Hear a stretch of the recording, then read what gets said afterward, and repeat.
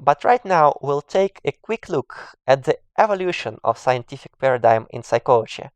Basically, what kind of paradigms existed in psychology and why, and does psychology have a paradigm right now? Maybe this is an open question. Those of you who have taken some psychological courses are of course familiar with those classical paradigms in psychology. Basically, everything began with Wilhelm Wundt in 1879 when he founded the first psychological laboratory. And psychology began as an empirical science. Of course, many philosophers used to discuss psychological ideas in their works, but the birth of psychology as a science is considered to have taken place when this first psychological laboratory was founded. And Wundt, when he proposed an approach to study human mind, he relied on the ideal of science of the 19th century, basically the ideal of natural sciences. Physicists and chemists tried to explain complex phenomena, complex processes with simple notions, with simple elements.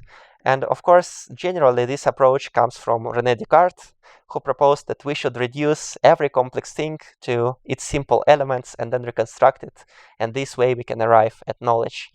And another person who influenced sciences was Francis Bacon, who believed that every knowledge should be based on experience, should be based on some empirical data, rather than on theoretical idea of an author.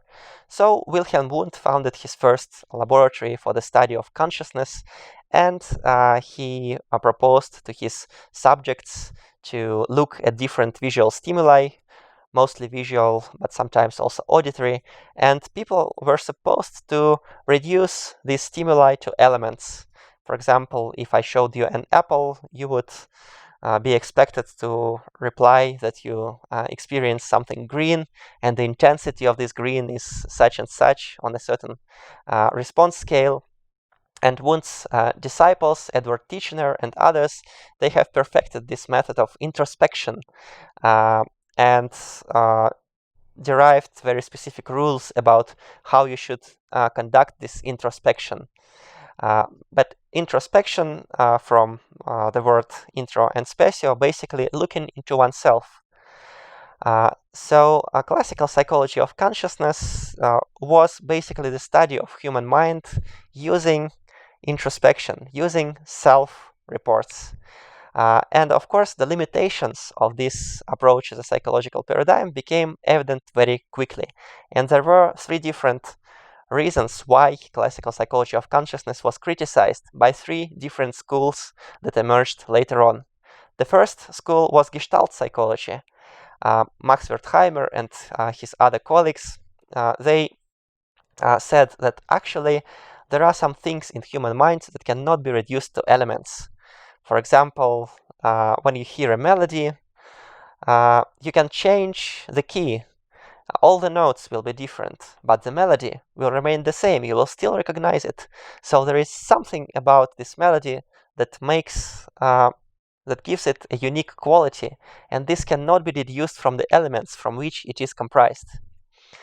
So they said we should study not elements of consciousness, but we should study integral wholes, gestalts that exist in our mind. But of course, mainly they also used this method of introspection, and they study mainly the phenomena of perception. Of course, although there were some interesting work by Kjöller and Kofko on cognition, and Kurt Lewin obviously was studied a lot of motivational processes, and he was the founder of social psychology. So Gestalt psychologists said you cannot reduce everything to elements. Then behaviorists said, well, consciousness, self-reports, come on, this is not scientific. How can you trust when a person is giving you a self-report? How can you trust this self-report? We can only trust the things that we can record objectively. That is, we should study only human behavior. And John Watson and his followers tried to focus only on objectively observable behavior. And they tried to explain this behavior in terms of simple elements, the links between stimulus and reaction. Of course, this approach was a bit too simplistic, and quickly it became evident that you still need to introduce some unobservable mental processes, the intervening variables, such as goals or needs. So classical behaviorism quickly also was a limited approach. And then the third school that emerged as a critique of classical psychology of consciousness was psychoanalysis or depth psychology, founded by Sigmund Freud and his colleagues. And this paradigm basically claimed that the most important things that drive our behavior are outside our consciousness. The most important motives are unconscious, and we should use completely different methods to study them, to interpret them, and to understand them. So in the 1910s and 1920s, and somewhat even into 1930s, those three schools, Gestalt psychology, behaviorism, and psychoanalysis, coexisted at the same time. But as scientific paradigms, they were completely incompatible. You can even think of them as completely different sciences, because first of all, they studied different phenomena, consciousness, behavior, unconscious, and the ways they used to explain those phenomena were also completely incompatible with each other. For example, if you came to a psychoanalyst, he would interpret your behavior in terms of Oedipus complex, but you cannot explain an Oedipus complex to a behaviorist. It basically does not exist as a scientific object for them. So in the 1920s, this was recognized as a crisis in psychology because there were basically different sciences. And then, what happened then? There was some integration. Basically, which of these schools won? Gestalt psychology stopped existing around 1940s. Psychoanalysis mainly exists as a psychotherapeutic school now, but not as a scientific research approach. But behaviorists basically won. And in the 1940s to 1960s, what we had, if you looked at journals of American Psychological Association, for example, what you would see would be a biological and deterministic meta-paradigm focused on behavior. Basically, when people tried to conduct a scientific research, they thought, okay, I should rely on natural sciences as my ideal of what a real science is. So when I study human mind, I should basically do the same things that biologists do. And I should try to explain complex phenomena in terms of very simple processes. For example, conditional reflexes that happen in our nervous system, or in terms of hormones, in terms of some other potential causes of human behavior. And the principle that I would use to explain would be determinism. I would try to explain a complex phenomena to reduce it to more simple processes. For example, why do we fall in love? We fall in love because there are neurons, because there are hormones, there is all this chemistry in the brain. So this was the view of science in the 1940s. And this was a view against which some scientists already tried to rebel. When Abraham Maslow came around with his idea of humanistic psychology, he proposed it as a third force. Because he said behaviorism views human beings as robots who are trained to perform certain reactions based on certain stimuli. Psychoanalysis views us as slaves of our unconscious passions. But both of these approaches that are popular in psychological science and practice, they fail to capture what is really important about human beings. They fail to capture what makes us unique. They fail to capture what is really important about a human life. And this is what Abraham Maslow said humanistic psychology should do.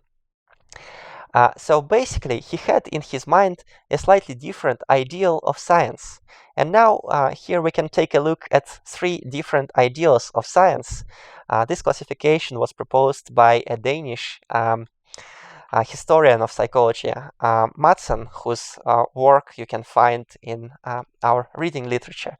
And he basically said that the natural sciences, they mainly follow the ideal of science that we can call nomothetic, from the word nomos, law.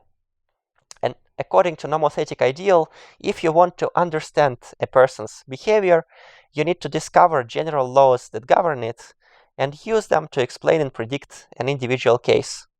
For example, I have a friend, John, and I want to understand why John is behaving in a certain way. I could give John a questionnaire of big 5 personality traits, and I might find, for example, that John has a very high score on extroversion. And then I can say, okay, this explains why John loves huge parties.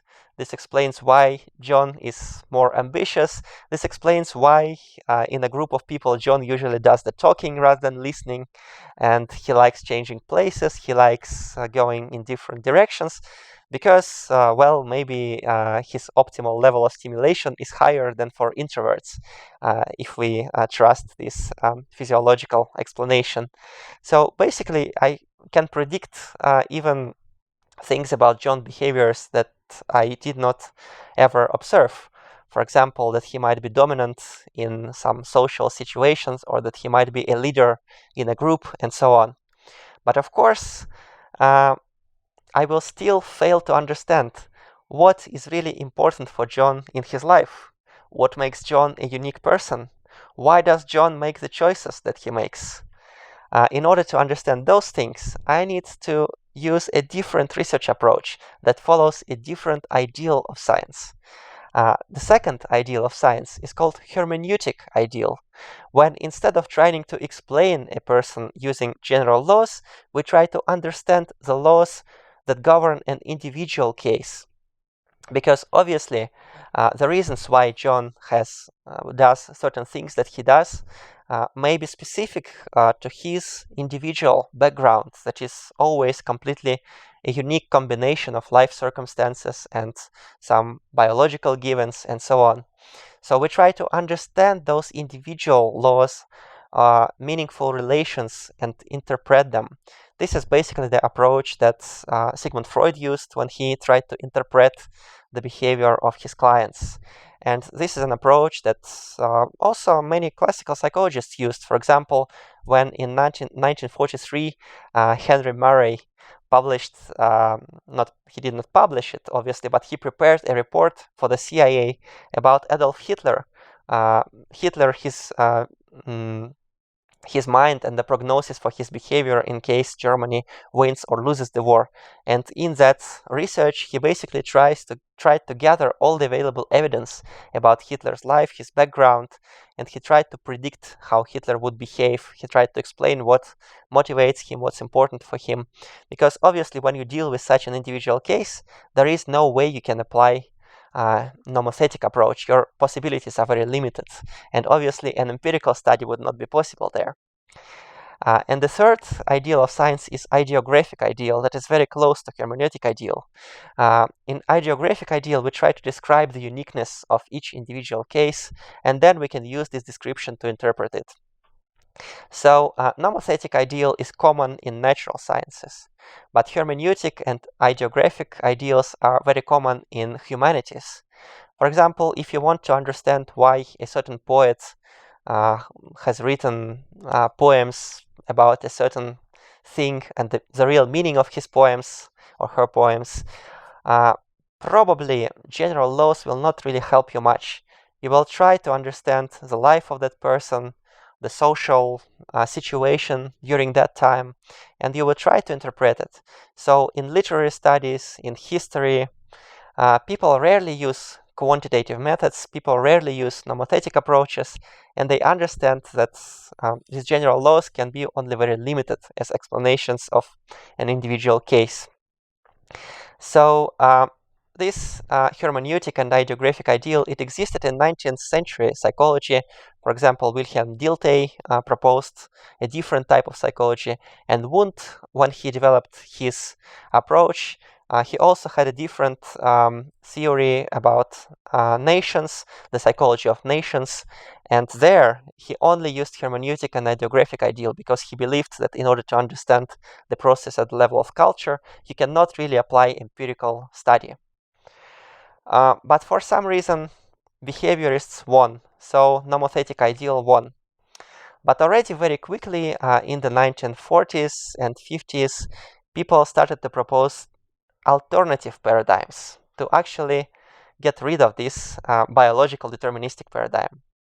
And the first school was humanistic and existential psychology, who said that basically what is really important is the uniqueness of each human being, the uniqueness of the world in which that person lives, because in order to understand their behavior, you need to understand what is the world they're living in, what is meaningful for them, what is important for them, understand their values, and so on.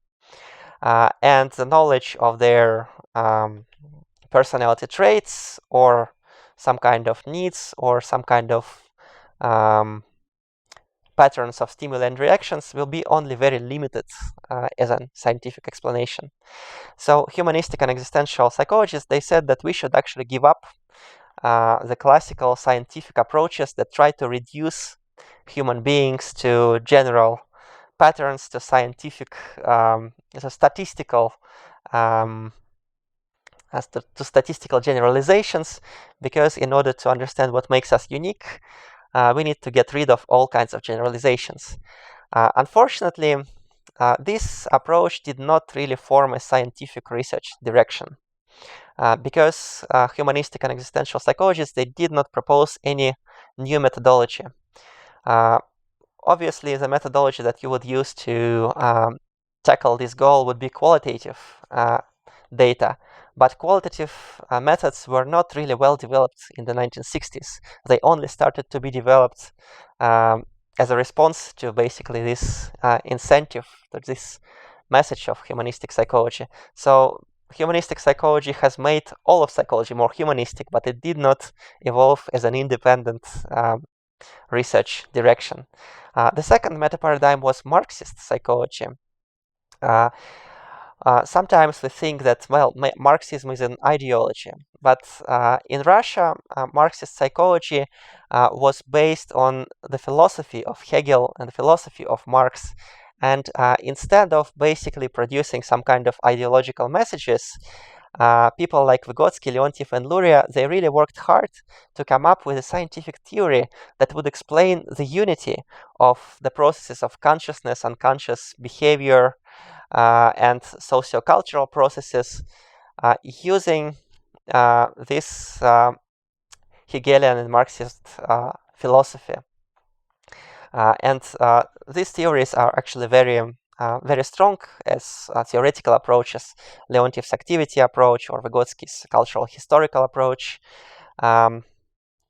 Unfortunately, there was very little empirical research in that meta-paradigm, because in the Soviet Union, as you maybe know, psychology was effectively banned between 1936 and mid of 1950s.